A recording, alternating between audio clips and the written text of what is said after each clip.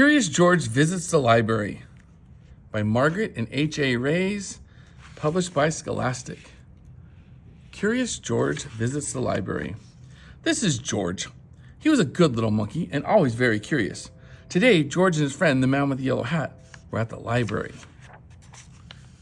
George had never been to the library before. He'd never seen so many books before either. Everywhere he looked, people were reading. Some people read quietly to themselves. But in the children's room, the librarian was reading out loud. It was story hour. George loved stories. He sat down with a group of children to listen. The librarian was reading a book about a bunny. George liked bunnies. Behind the librarian was a book about a dinosaur. George liked dinosaurs even more. He hoped she would read it next. But the librarian read a book about a train. George tried to sit quietly and wait for the dinosaur book to be read, but sometimes it's hard for a little monkey to be patient.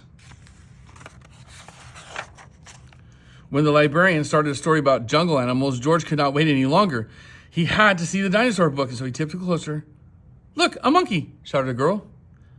The librarian put her finger to her lips. "We must be quiet so everyone can hear the story," she said quietly, nicely.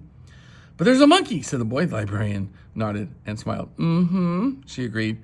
When she finished reading the jungle story, the librarian reached for the dinosaur book. Where did it go? And where was George? George was all ready to take the dinosaur book home and read it with his friend when another book caught his eye. This book was about trucks. George wanted to take it home too. And here was a book about elephants. George loved elephants. He added it to the pile. George found so many good books, he soon had more than he could carry. He leaned against a shelf to rest. Squeak, went the shelf. Shh, said a man. Squeak, went the shelf again, and it moved. Why, it wasn't really a shelf at all. George had found a special cart for carrying books. What luck! Now George could carry all the books he wanted. He rolled the cart between the shelves and stacked up books about boats, kites, baking cakes. He climbed higher to reach books about cranes and planes. At last, George had all the books he could handle. He couldn't wait to head home and start reading, and right in front of him was a ramp leading to the door. George was curious. Could he roll the cart all the way home? Down the ramp George went. The cart rolled faster and faster. "Stop!" a librarian volunteer shouted. "Come back here with my cart!" But George was too excited to listen. The cart was picking up speed, and George was having fun. Until crash! George and the cart ran smack into a shelf of encyclopedias. Books flew up in the air, and so did George. He landed in a big pile right between O and P. "Oh no," moaned the volunteer when he saw the mess George had made. "How am I going to put away all these books?" "I'd like to borrow this one," said a boy from Story Hour. And I'll take this one," said a girl. With help from George and the children, the books were sorted in no time.